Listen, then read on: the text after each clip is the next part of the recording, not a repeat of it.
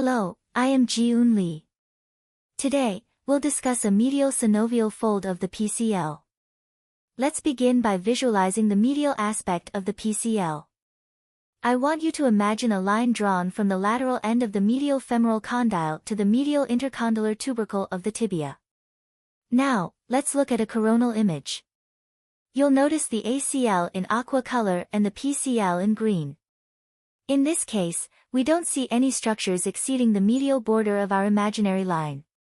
This is what we might consider a normal presentation.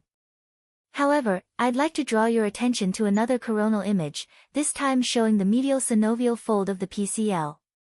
In this image, we can observe a protruding structure that exceeds the medial border of our imaginary line.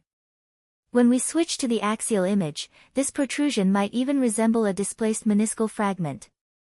I would like to mention 2 points. First, this case shows small displaced flap tears into the intercondylar notch. A posterolaterally displaced small meniscal fragment within the intercondylar notch is marked in purple. On the axial image, this displaced meniscal fragment is clearly visible and can appear similar to the medial synovial fold of the PCL. Second, while PCL synovial folds are normal structures, they can sometimes cause clinical issues.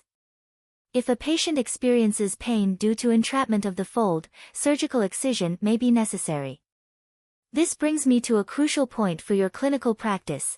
When faced with vague, unexplained knee pain, it's essential to examine the PCL fold on MRI carefully. Thank you for watching. If you found my video helpful, please remember to like it.